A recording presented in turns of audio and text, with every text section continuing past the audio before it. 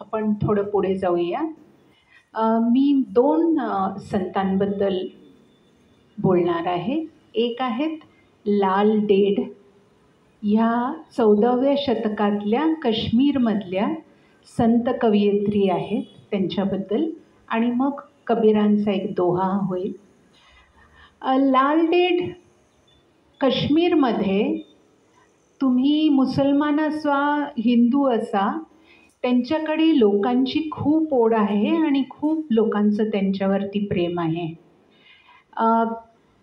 त्या लालेश्वरी, लाल योगिनी किंवा लैला अरीफ म्हणून ओळखल्या जातात.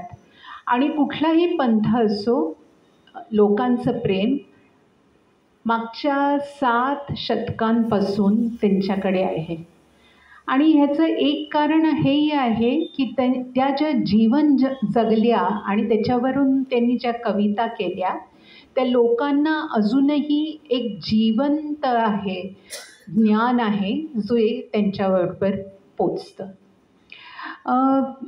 त्यांचा जन्म 14व्या शतकात सुरुवातीला झाला आणि 1373मध्ये त्यांनी आपला देह सोडला. त्यांचा जन्म एका ब्राह्मण कुटुंबात झाला आणि वयाच्या 12व्याच वर्षी त्यांचं लग्न झालं. द्रष्ट्या आणि आध्यात्मिक लोकांचं संसारामध्ये जसे हाल होतात तसे त्यांचेही झाले, कारण सासू आणि पतीला हे कळायचं नाही की ही अध्यात्म काय करते आणि काय हिचे भाव आहेत. त्यांच्याबद्दल बऱ्याच दंतकथा आहेत. त्याच्यातली एक आहे की दररोज सकाळी नदीला जाऊन घडा भरून तो देवळात न्यायचा, पाण्याने भरून. एक दिवशी त्यांच्या पतीला खूप राग आला आणि त्यांनी तो घडा फोडला. तरीही त्यातलं पाणी तसंच राहिलं. एकही थेंब त्यांच्या डोक्यावर पडला नाही किंवा जमिनीवर पडला नाही आणि ते पाणी देवळात घेऊन गेले. हे झाल्यानंतर त्या कंटाळल्या आणि त्यांनी आपलं घर सोडलं. 26 वर्षाच्या होत्या त्या आणि एका शैव गुरूच्या ते शिष्या बनल्या. एक भिक्षुक म्हणून जन्मभर काश्मीरमध्ये फिरत राहिला. रणजित होसकटे, ज्यांनी त्यांचे वख किंवा कविता इंग्लिशमध्ये ट्रान्सलेट केलेले आहेत, ते म्हणतात, ब्राह्मण कुटुंबातल्या 14व्या शतकातल्या स्त्रीला हे करणं अत्यंत अवघड होतं, पण त्यांनी ते केलं. त्यांच्या कविता 258 आहेत, ज्यांना वख म्हणतात. वख म्हणजे स्पीच, बोलणे. आणि त्यांचा शोध नेहमी आतला शोध असायचा, की आत काय आहे तुमच्या, त्याचा शोध. त्यातली पहिली कविता मी सांगते तुम्हाला. काही ज्यांचे डोळे बंद आहेत, काही ज्यांचे डोळे बंद आहेत ते जागे आहेत. काही जे जगाकडे पाहतात, काही जे जगाकडे पाहतात ते झोपेत आहेत. जे पवित्र कुंडात स्नान करतात तरी अस्वच्छ राहतात. काही जगात घरी असतात पण हात स्वच्छ ठेवतात. ह्यांचं सगळं बोलणं आतला शोध आहे आणि निर्गुण कविता आहेत. आणि ह्या 3-4 लोकांबद्दल जे बोललेले आहेत त्याच्यामध्ये आपण प्रत्येकजण कुठे ना कुठे फिट बसतो. आपल्याला माहिती आहे आपण कुठे आहोत. आपण पवित्र कुंडात स्नान करण्यासाठी जातो, ते का जातो?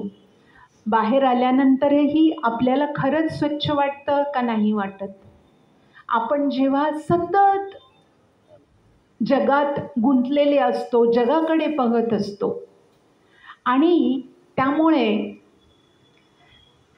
तरी काही जण हे करत असून सुद्धा झोपेत असतात. आणि जे डोळे बंद करतात ते जागे आहेत. याचा अर्थ काय? याचा अर्थ असंच आहे की जेव्हा तुम्ही आत पाहता, डोळे तुमचे बंद असो उघडे असो, आत पाहत असाल तर तुम्ही जागे आहात. पण बाहेरून तुमचे डोळे बंद वाटतात. लोकांना म्हणतात की हा ना किंवा ही ना सतत काहीतरी, हिचं काहीतरी वेगळंच असतं, हिचं लक्ष नसतं, हिला काही संसारातलं कळत नाही, हिला व्यवहार ज्ञान नाही. हे टिपिकल रिमार्क्स अशा लोकांना मिळतात. आणि दुसरे जे सतत संसारात गुंतलेले असतात आणि आजकाल तर खूपच सगळ्या विषय वासना असतात, कुठलीही सुटका नसते, ते झोपेतच असतात. त्यांचे डोळे जरी आपल्याला वाटलं की खूप पाहतायत.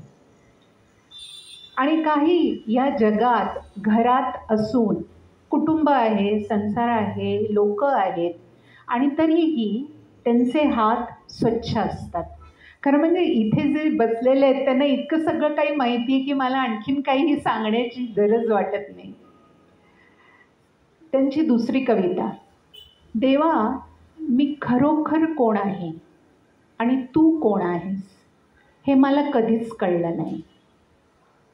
मी माझं प्रेम ह्या घाणेरड्या शवावर फेकून दिलं आणि कधीच समजलं नाही. तू मीच आहे आणि मी तू आहेस. मला नेहमी शंका होती, मी कोण आहे, तू कोण आहेस. या सगळ्या लोकांमध्ये आपल्यामध्ये सुद्धा जेव्हा एक क्युरिओसिटी, उत्सुकता जागी होते की मी खरंच कोण आहे आणि देव कोण आहे. आणि ह्या बाबतीत आपल्याला नेहमी शंका असते की हो, देव म्हणजे गणपती पण आहे, शिव पण आहे, कृष्ण पण आहे, मुसलमानांचं पण आहे.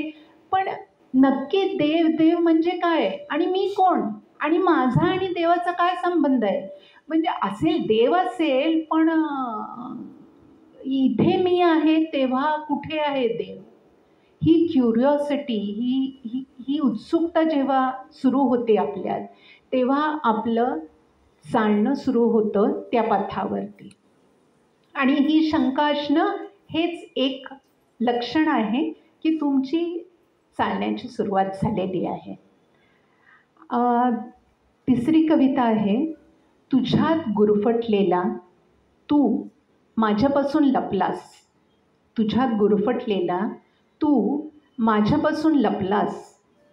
दिवसभर मी तुला शोधत राहिले, दिवसभर मी तुला शोधत राहिले. आणि जेव्हा तू मला माझ्या आत लपलेला सापडलास, जेव्हा तू मला माझ्या आत लपलेला सापडलास, तेव्हा धावत सुटले, तेव्हा धावत सुटले. आता तू. लहान मुलं कसं खेळतात, पिकाबू, मी कुठे. तसं आपण सगळं देवाबरोबर असतो. देव आपल्यातच असतो आणि आपल्याला तो सापडत नसतो. आणि जेव्हा एकदा सापडतो तेव्हा त्याचा आनंद इतका जास्त असतो की आपण आनंदाने वेडे होतो. आणि मग आपल्याला कळतं की अरे, हे तर आता तू, हा खेळ आहे. आणि हा खेळच आपल्याला खरोखर दाखवतो आपण आतून काय आहोत ते.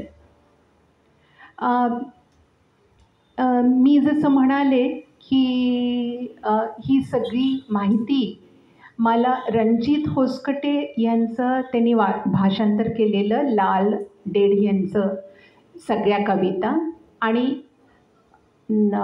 मूलचंदानी म्हणून आहेत, for the love of God, आणि अरुंधती सुब्रमण्यम यांचं ईटिंग गॉड, या सगळ्या पुस्तकातून मिळालं.